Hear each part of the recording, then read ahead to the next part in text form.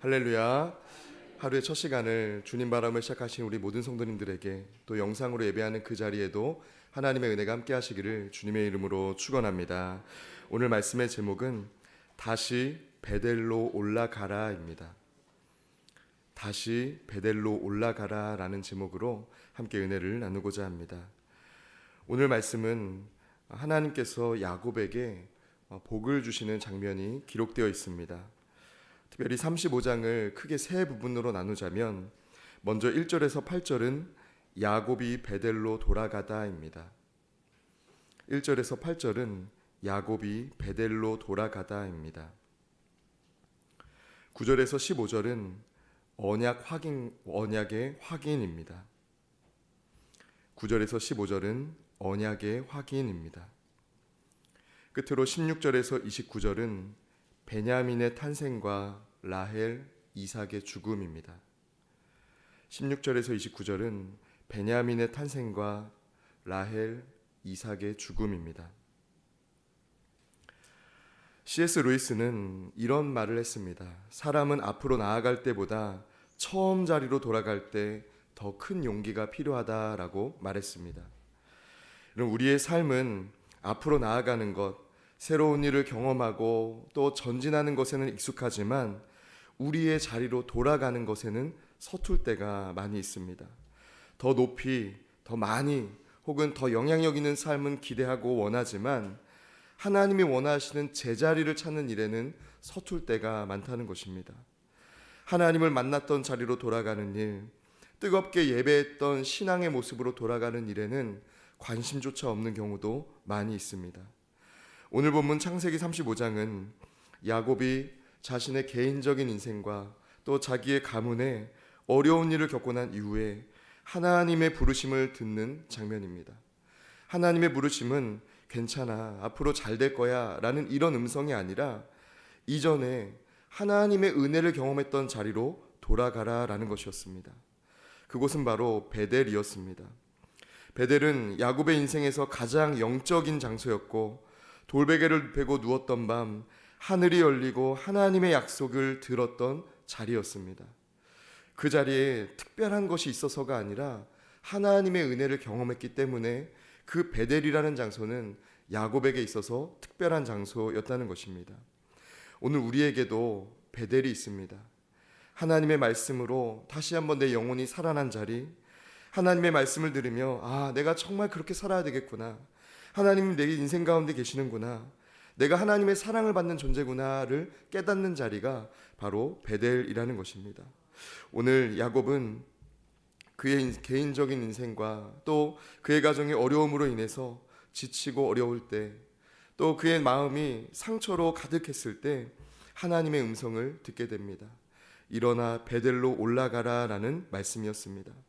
이 말씀은 과거로 회개하라 라는 말씀이 아니라, 이전의 모습을 되찾으라 라는 말씀이 아니라 하나님의 은혜가 야곱에게 머물고 있음을 깨달으라는 의미의 말씀이었다는 것입니다. 은혜의 시작점으로, 은혜가 가득했던 장소로 돌아오라는 초대였다는 것입니다. 창세기 35장은 방황하던 신앙이 다시 정렬되고 그의 삶에 있었던, 그의 가문에 있었던 우상이 제거되며 슬픔의 이름이 약속의 이름으로 바뀌는 놀라운 은혜의 장이라고 말할 수가 있습니다.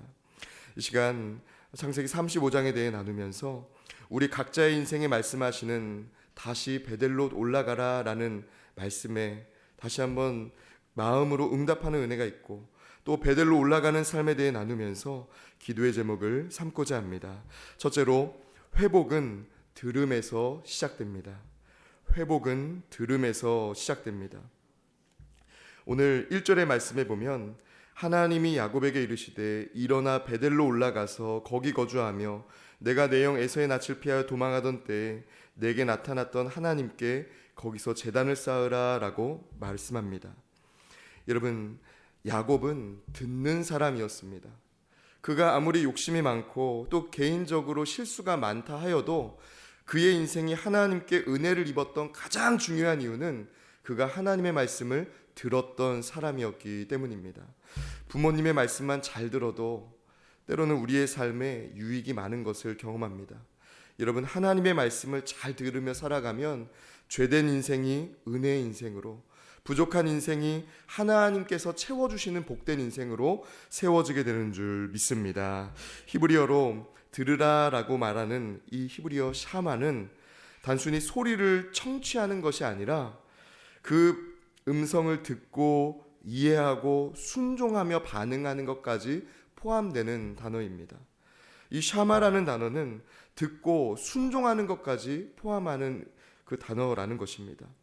야곱의 회복은 환경이 바뀌어서가 아니라, 혹은 그가 이제는 그의 가정에 어려움이 없었기 때문이 아니라 하나님의 음성을 들음으로써 그의 인생 가운데 회복이 시작되었다는 것입니다. 열왕기상 19장을 보면 엘리야도 같은 경험을 했습니다.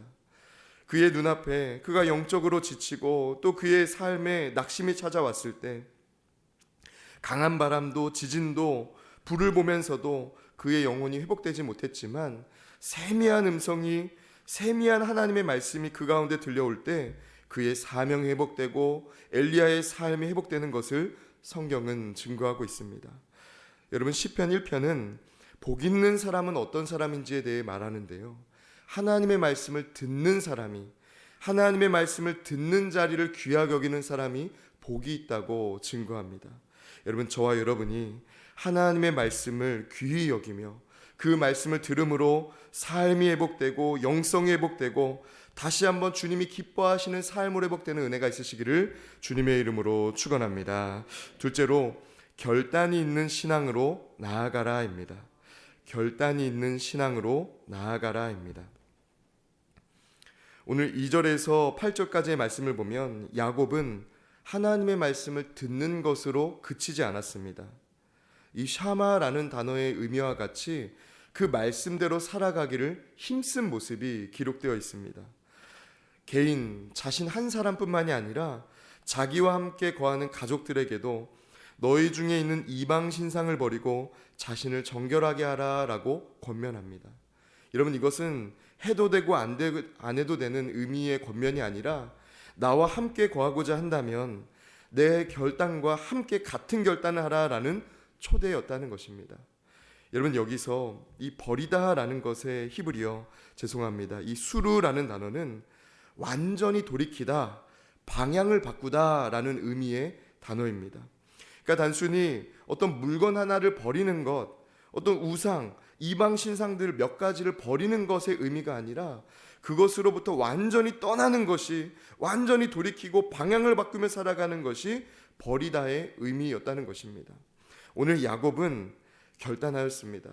내가 이제는 더 이상 이것 붙들고 살아가지 않겠다. 내가 이전에 긴가민가해서 하나님도 붙들고 이것도 붙들었던 신앙을 완전히 버려버리고 하나님만 붙드는 온전한 신앙으로 살아가겠다라고 결단했다는 것입니다. 여러분, 하나님은 어떤 인생을 주목하십니까? 하나님은 어떤 인생에게 놀라운 은혜와 복을 더하십니까? 하나님만 붙드는 결단을 하는 사람에게 은혜를 더하시는 줄 믿습니다. 여호수아 24장을 보면 여호수아는 가나안 땅의 복을 누리기 전에 그 백성들에게 이렇게 선포합니다. 오직 나와 내 집은 여호와를 섬기겠노라라고 선포합니다. 여러분, 이것이 중요한 선언입니다. 마치 야곱이 너희 중에 있는 이방 신상을 버리고 자신을 정결하게 하라라고 말하면서 자신도 그러한 삶을 살았던 것처럼 오늘 여호수아 24장에도 여호수아는 자신만 그런 삶을 살아가겠다라고 자랑하듯이 말하는 게 아니라 하나님을 믿는 이스라엘 백성들에게 그들도 나와 내 집은 여호와를 섬기겠노라 선언하며 살아갈 수 있도록, 그들도 그와 마찬가지의 하나님 중심의 삶을 살아갈 수 있도록 그는 선포하였다는 것입니다. 여러분, 신앙에는 중립이 없습니다. 신앙에는 회색지대가 없습니다. 하나님이 기뻐하시는 신앙은 회색지대가 있는 신앙이 아니라 세상 속에서 세상도 좋고 하나님도 좋고 좋은 일이면 저 종교도 좋고 저 신도 좋다, 이런 중간지대의 신앙이 아니라 오직 하나님 안에 있음이 복이 된다고 믿는, 하나님만을 섬기겠다고 고백하는 신앙이 하나님께서 원하시는 신앙, 또 기독교의 신앙인 줄 믿습니다. 여러분, 오늘 야곱은 그러한 고백을 하면서 다시 한번 그 베델에서 14절의 말씀을 보면 자기와 말씀하시던 곳에 기둥 곧 돌기둥을 세우고 그 위에 전제물을 붓고 또 그 위에 기름을 부었다라고 말씀하시는 것처럼 자신의 인생 전체를 하나님께 다시금 쏟아붓는 행위를 하고 있었다는 것입니다. 여러분, 오늘 이 새벽에 하나님이 기뻐하시는 결단이 있는 저와 여러분들 되시기를 주님의 이름으로 축원합니다. 달라스 윌라드라는 분이 쓴 리노베이션 오브 헐트라는 책을 보면 이런 구절이 있습니다. 영적 성장은 더 많은 감동이 아니라 더 분명한 결단에서 시작된다라고 말합니다. 많은 감동을 받을 때 우리의 영적으로 성장하는 것이 아니라 결단을 할 때, 선명한 결단을 하기 시작할 때 우리의 영적인 성장이 있다는 것입니다. 여러분, 그렇습니다. 버려야 될 것이 있다면 분명한 고백으로 버려버리고, 붙들어야 될 것이 있다면 다시금 하나님, 제가 그것을 붙들고 다시금 기도의 자리에 서며 다시금 말씀 듣는 자리에 서겠습니다라는 결단이 있을 때 우리가 영적으로 성장하고 하나님의 기쁨이 되는 신앙으로 나아가게 될 줄 믿습니다. 끝으로 베냐민의 삶을 선포하라입니다. 베냐민의 삶을 선포하라입니다. 구체적으로는 새 이름을 선포하라입니다. 오늘 라헬은 마지막 아들을 낳으며 그를 베노니라고 부르며 또 그 아들을 낳고 죽었습니다. 여러분, 18절의 말씀을 보니까요, 이렇게 기록합니다. 그가 죽게 되어 그의 혼이 떠나려 할 때 아들의 이름을 베노니라 불렀으나 그의 아버지는 그를 베냐민이라 불렀더라라고 성경은 말합니다. 베노니, 벤이라는 아들이라는 단어와 오니, 슬픔이라는 단어가 합쳐진 표현입니다. 그래서 베노니, 슬픔의 아들. 그 아들만 생각하면 눈물이 나고 아픔이 생각나고 또 저 아들만 생각하면 괴로운 마음과 또 저 아들만 생각하면 슬픔이 차오른다라고 해서 베노니라고 불렀습니다. 그런데 야곱은, 그 베노니의 아버지인 야곱은 그 이름을 베냐민, 오른손의 아들이라고, 능력의 아들이라고 다르게 부르기 시작합니다. 여러분, 신앙은 어떤 것입니까? 상처를 부인하고 외면하는 것이 아니라 상처를 그대로 인정하면서도 하나님 안에서 새로운 인생으로 선포하며 살아가는 것이 바로 신앙의 삶인 줄 믿습니다. 베노니, 물론 그는 라헬이 가장 어려울 때 라헬이 죽음을 앞에 두고 낳은 아들이기 때문에 베노니라 불러도 괜찮습니다. 그러나 야곱은 그를 슬픔에 머무르는 인생으로 부르지 않고요, 능력의 아들로 하나님 안에서 은혜를 경험하는 하나님께 붙잡힌 아들로서 그를 선포하고 있었다는 것입니다. 여러분, 오늘 우리에게도 베냐민의 신앙이 필요합니다. 우리의 인생을 베노니라 부르는 인생이 아니라 우리의 인생에 아픔이 있고 연약함이 있고 부족함이 있지만 우리의 인생을 베노니가 아닌 베냐민으로 선포하며 살아갈 필요가 있다는 것입니다. 하나님 안에서 내 인생을 하나님의 은혜로 세워지는 인생, 하나님의 오른손에 붙들려 귀하게 쓰임받는 인생으로 선포하며 살아갈 필요가 우리에게 있는 줄 믿습니다.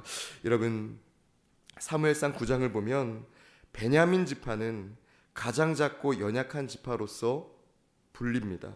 또 사람들에게도 12지파 중에서도 베냐민 지파 하면 작은 지파로 불립니다. 그러나 하나님은 그 지파에서 왕을 세우셨습니다. 사울이라는 왕. 비록 완전하진 않았지만 하나님은 그 작은 지파, 베냐민 지파를 통해서 하나님의 역사를 쓰셨다는 것입니다. 여러분, 이것이 중요합니다.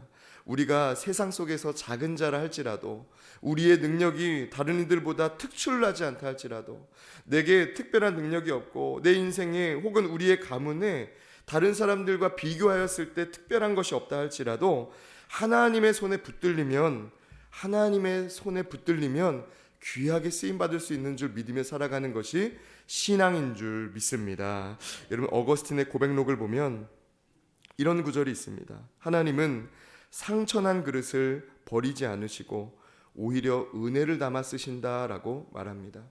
저는 이 구절에 참 은혜를 많이 받았습니다.